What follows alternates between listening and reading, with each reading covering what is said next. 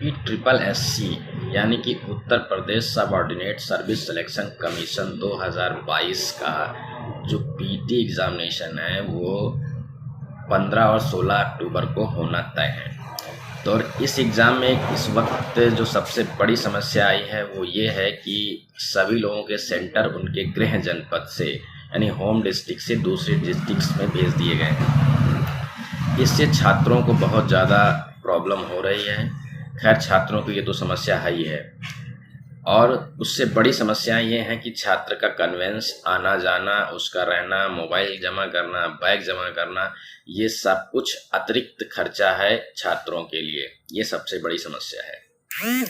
उसके बावजूद भी जो पीईटी का सिलेबस है वो भी बहुत ब्रॉड है, और उस सिलेबस में क्या क्या चीज़ें हैं वो हम अभी डिस्कस कर लेते हैं इसी वीडियो में, ताकि आने वाले दिनों में जो 15-16 अक्टूबर को एग्ज़ाम है उसमें कुछ परफॉर्मेंस किया जा सके, आप लोग परफॉर्मेंस कर सकें। तो उत्तर प्रदेश अधीनस्थ सेवा चयन आयोग द्वारा आयोजित की जाने वाली प्रारंभिक परीक्षा, जो कि होना है आपको 15 और 16 अक्टूबर 2022 को, तो इसका सिलेबस है वो हम लोग चेक करेंगे। तो सिलेबस में जो पूर्णांक है यानी 100 नंबर का पेपर होना है, 100 क्वेश्चन होने हैं, और 100 क्वेश्चन के साथ में इसमें किन किन विषयों के क्वेश्चन होंगे वो देख लेते हैं। तो इंडियन हिस्ट्री से 5 नंबर होना है। इंडियन हिस्ट्री में क्या क्या आएगा आपको? सिंधु घाटी की सभ्यता, वैदिक संस्कृति, बौद्ध धर्म, जैन धर्म, मौर्य अशोक सम्राट, गुप्त वंश में समुद्रगुप्त, चंद्रगुप्त द्वितीय, हर्षवर्धन, राजपूताना, ये आपके सिलेबस में होना है हिस्ट्री से।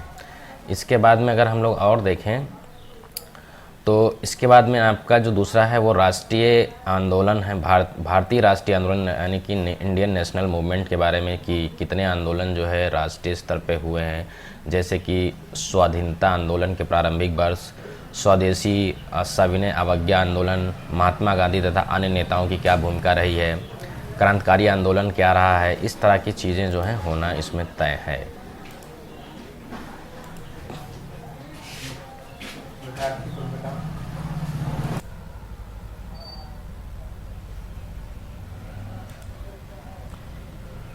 तो इंडियन नेशनल मूवमेंट से आपके 5 नंबर का क्वेश्चन आना फिक्स है यहाँ से भी, और उन 5 नंबर में कौन कौन से होने हैं? जो स्वाधीनता आंदोलन के प्रारंभिक वर्ष हैं, यानी शुरुआती साल में जो लोगों ने इंडिपेंडेंस ली, उसके बाद में स्वदेशी व सविनय अवज्ञा आंदोलन, जो महात्मा गांधी तथा अन्य नेताओं की क्या भूमिका रही उस आंदोलन में, क्रांतिकारी आंदोलन तथा उग्र राष्ट्रवाद का उदय कब हुआ, विधायी संशोधन तथा British east India act company यानी ब्रिटिश कंपनी भी उसी वक्त बीच आई थी, उसके बारे में भी बताया गया था, भारत छोड़ो आंदोलन, आज़ाद हिंद फौज तथा नेताजी सुभाष चंद्र बोस के बारे में भी क्वेश्चन होने हैं।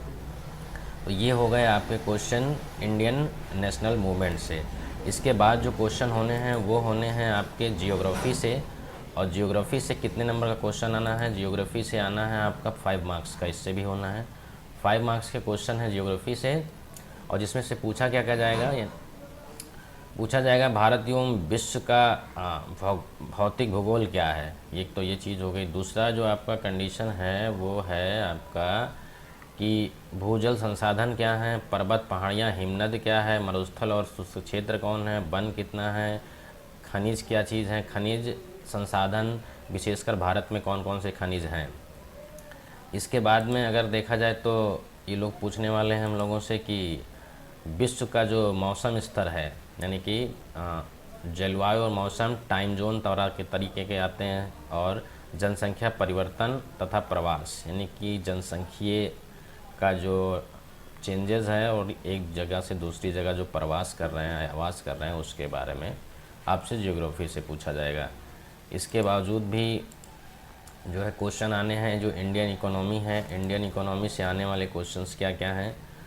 भारतीय अर्थव्यवस्था 1947 से लेकर 1991 के बीच क्या हुआ था ना, यानी कि 1947 से लेकर 1991 तक क्या प्रोसीजर हुए थे, ये भी पूछा जाएगा 5 नंबर का, जिसमें क्या क्या प्लानिंग नियोजन यानी कि योजना आयोग तथा पंचवर्षीय योजनाएं कौन कौन सी थी, जो आपकी मिश्रित अर्थव्यवस्था का जो विकास है निजी एवं सार्वजनिक क्षेत्र में, आपसे भी पूछा जाएगा हरित क्रांति, वही खेती किसानी से संबंधित की हरित क्रांति के क्या फ़ायदे हुए। श्वेत क्रांति को हम लोग दुग्ध विकास और ऑपरेशन फ्लड के नाम से जानते हैं। बैंकों का राष्ट्रीयकरण यानी नेशनलाइजेशन ऑफ बैंक्स, और फिर उसमें क्या क्या इम्प्रूवमेंट हुआ, ये इसके क्वेश्चन पूछे जाएंगे। 1991 में आर्थिक सुधार तथा उसके बाद की क्या अर्थव्यवस्था रही। वर्ष 2014 के बाद में यानी कि 1914 के बाद में क्या क्या सुधार हुए, वो भी इसी में आपको दिखेगा। पूछा जाएगा आपसे कि वर्ष 2014 के बाद में आर्थिक सुधार किस क्षेत्र में, तो कृषि में, और ढांचागत सुधार क्या हुआ, श्रम सुधार क्या हुए हैं, आर्थिक सुधार क्या हुए, और एक ये जीएसटी जो है इसका एक मेन पॉइंट इसलिए हो गया है क्योंकि जीएसटी अभी जल्द ही लागू किया गया था, आप लोगों को पता ही है।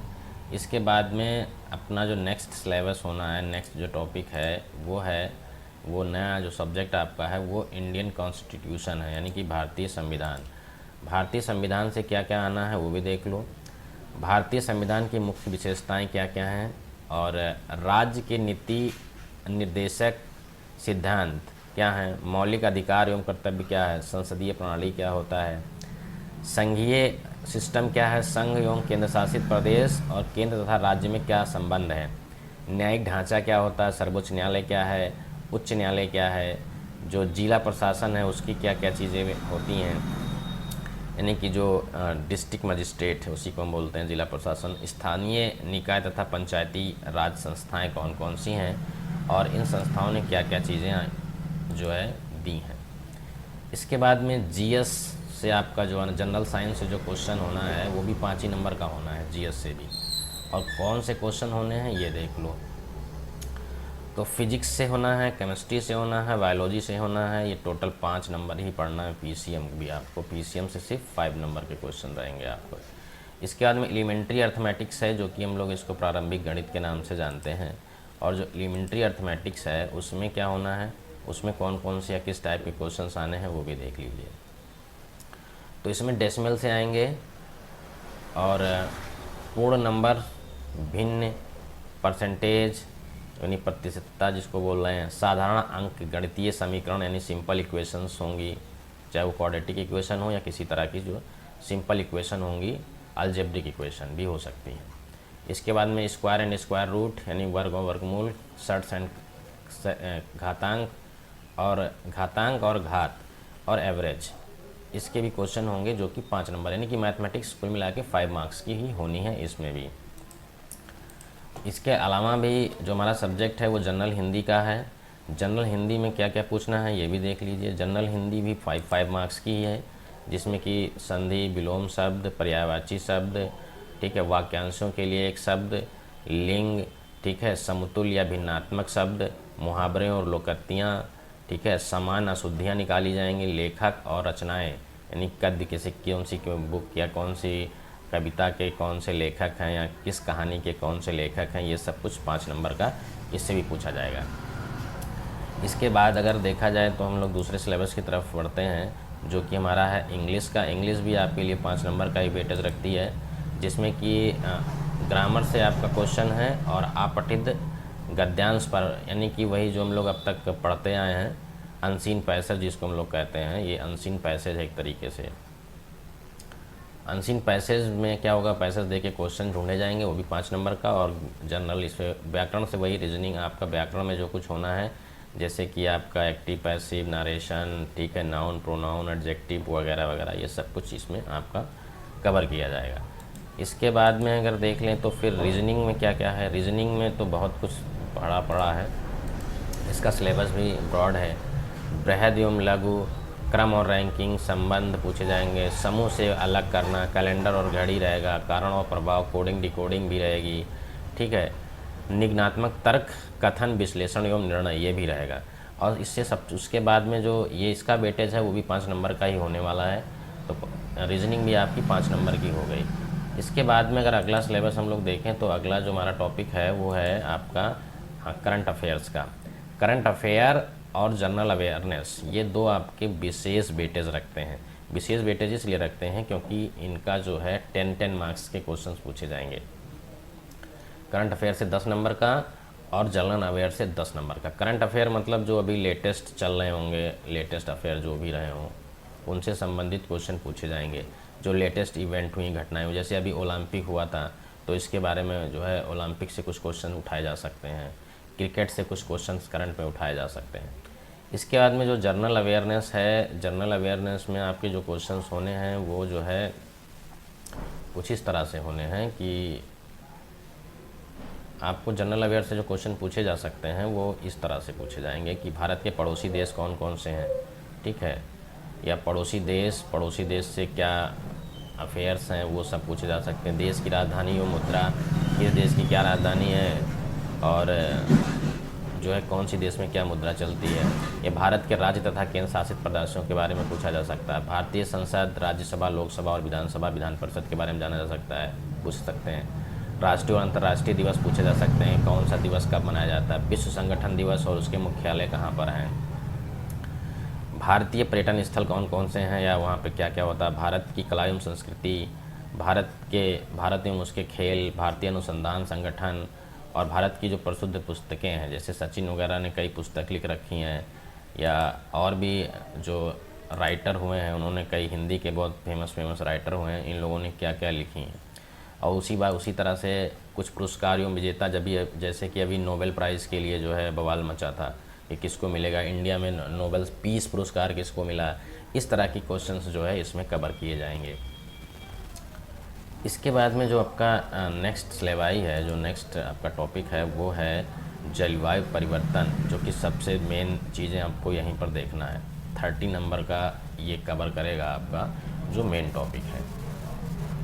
30 नंबर कैसे, जलवायु परिवर्तन एवं पर्यावरण के बारे में, ख़ास तौर पे जो है जो इकोसिस्टम है, जो इन्वायरमेंट है उसके बारे में, इन्वायरमेंट का चेंज और क्या है उसके बारे में खास तौर पे पूछा जाएगा। तो आपठित हिंदी गद्यांश का विवेचन एवं विश्लेषण, 2 गद्यांश इसमें आएंगे जो कि आपके आपठित होंगे और प्रत्येक पर 5 प्रश्न होंगे, यानी कि 10 क्वेश्चन हो गए टोटल जो आपठित होंगे। वो किसी भी इन्वायरमेंट से ही दिया होगा ना। सेम ग्राफ की व्याख्या करनी होगी, कोई एक ग्राफ दिया होगा और तालिका की भी व्याख्या करनी होगी, और ये 30 नंबर का क्वेश्चन रहेगा, यानी कि जलवायु से संबंधित, यानी पैराग्राफ और उससे संबंधित ये सब चीज़ें दी गई होंगी। तो बस ऐसा इतना ही कुछ रहा है सिलेबस, और जो एंटायर सिलेबस है वो कवर किया जाएगा जो है आपके NCERT से ही कवर किया जाएगा। यहाँ पर आप एक ख़ास तौर पे ये चीज़ ध्यान दे दें कि जो सिलेबस है वो आपका डिफ़िकल्टी स्तर जो है राष्ट्रीय लेवल का रहेगा, और NCERT की बुक से ही सारा कुछ क्वेश्चन दिया जाएगा इस तरह का। NCERT की बुक में जो हम लोगों ने कक्षा 1, 2, 9, 4, 8 में पढ़ा है वही सब रहेगा, ठीक है। प्रत्येक माइनस मार्किंग ही फिक्स है। 1/4 की कटौती की जाएगी अगर आप एक गलत क्वेश्चन करते हैं, तो 1/4 का मतलब वही 25% आएगी। 1/4 का आपका कटौती होगा अगर आपने कोई क्वेश्चन गलत किया है या गलत मार्किंग की है। तो फ़िलहाल सिलेबस हमने देखा, और सिलेबस में सबसे बड़ी चीज़ ये दिखाई दी कि सिलेबस बहुत भरा पड़ा है। सब कुछ तो पूछ लिया इन लोगों ने, हिस्ट्री, मैथमेटिक्स, जियोलॉजी, साइंस में सब कुछ पूछ लिया है, इंडियन इकोनॉमी पूछ ली है इन्होंने, ऐसा कुछ भी इस सिलेबस में छोड़ा नहीं। तो फ़िलहाल सिलेबस में कुछ इतना ही है। 2 घंटे का समय रहेगा, 100 क्वेश्चन होंगे, 100 नंबर के होंगे, और 15 और 16 अक्टूबर को एग्ज़ाम फिक्स है। तो देखते हैं क्या होता है अब आगे।